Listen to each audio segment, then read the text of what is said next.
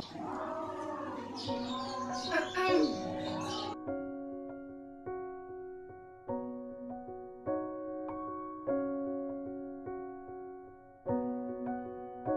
अहिले सेवाबाट चाहिँ चिया खाजा बनाउनुलाई आँट्यो। आज अलिक स्पेसल छ जस्तो छ।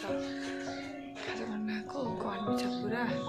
किचनको चाबी आन्टीले दिनुभएको थियो कि चाबी दिनुभएको अरे, किचनको चाबी दिनुभएको अरे, गाडीको चाबी दिनुभएछ आन्टीले। मैले पनि नहेरिकन ल्याएँ। अहिले आएर हेर्दाखेरि चाहिँ थाहा भयो कि किचनको चाबी होइन रहेछ। तर बहिनी चाहिँ चाबी चेन्ज गर्न लाग्नु पर्छ लिनुलाई।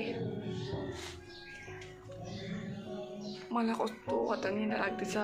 हिजो के अरे माइग्रेनको दबाई खाएदेखि निन्दा लाग्न थालेको मलाई। यति साह्रो निन्दा लाग्छ बाफ्रे बाफ, भन्नु सक्दैन निन्दा। अहिले पनि पुरा निन्दा लागिरहेछ तर यत्तिकै सहेर बस्दैछु बोलेर। Hello everyone.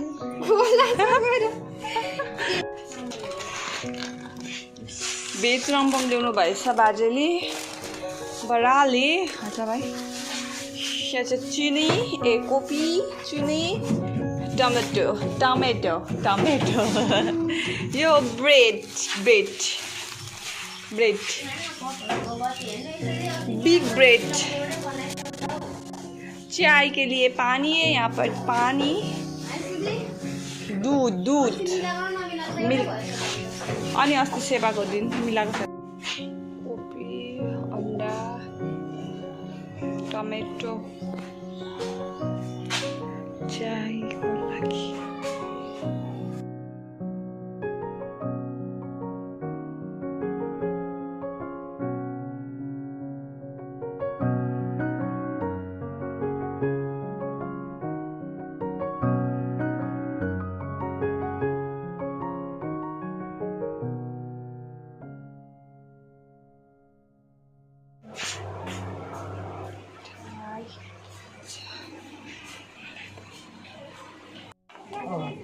सेवा सकेको बाद खाजा साजाहरू खाइसकेर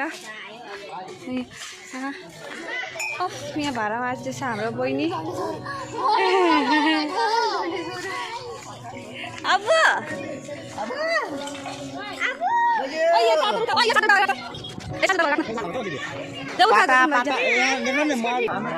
जेठा दाजु चाहिँ साग बनाउँछ, पाटा साग। पाटा हो तर पाठा बेच्दैछ। पाठीले पाटा बेच्दैछ। आफ्नो घरतिर लागे सेवा सकेर। आन्टीको घरमा